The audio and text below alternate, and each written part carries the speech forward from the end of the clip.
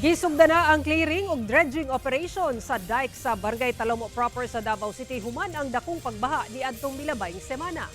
Ani ang report ni John D. Esteban. So walang dredging dito the last 10 years. Gisugdan na sa Department of Public Works and Highways ang clearing operation sa dike sa may Taal Bailey Bridge sa Barangay Talomo proper Davao City aron matanggal ang mga basura ug mga gapnod nga dala sa dakong baha niadtong July 24. Nagpahigayon na sab og dredging. Kini human gimando ni DPWH Secretary Vince Dizon ato sa iyang pagbisita sa lugar niadtong July 29. Kini aron matud pamulapad ang kapasidad sa dike sa pagsalo og tubig baha. Gimando sab ang paghuman sa gabyon. Dinhi nasuko si Dizon kay wala matud pa masulbad ang problema sa baha bisan nahitabo na ang susama niadtong 2019. Daan ang mibuelta si Davao City 1st District Representative Paulo Duterte kang Dizon nga daan ang naay Davao City Flood Master Plan niadto pa ang 2023 alang sa pagsulbad sa baha sa syudad. Aban wala matud pa pundohi sa national government.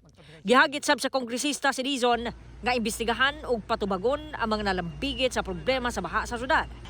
Tubag ni Dizon niini, Punta na rin tayo doon.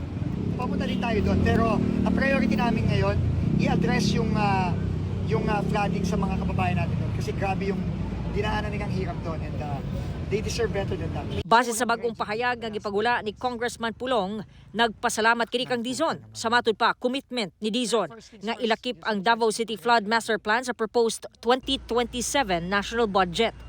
Maayo matud pa kini kung matuman. Sanglit, dili lang daw kini para sa Davaoenyo, kung dili para sa umaabot ng mga henerasyon nga dili na kinahanglan manglangoy kada kusog ang ulan. Pero lisod na daw tuuhan ang mga saad gikan sa national government. Sanglit, daan na daw nga daghang mga saad nga wa matuman. Sumala ni Kong Pulong, siguraduhon matud pa sa Davaoenyo nga monitoron ang agi sa maong saad. Dugang niya, kung naanay budget, ipagawas. Kung naanay plano, sugdan. Kung naanay commitment, tumanon. Kauba si Bebot Kahes sa kamera. John D. Esteban. 1 Mindanao.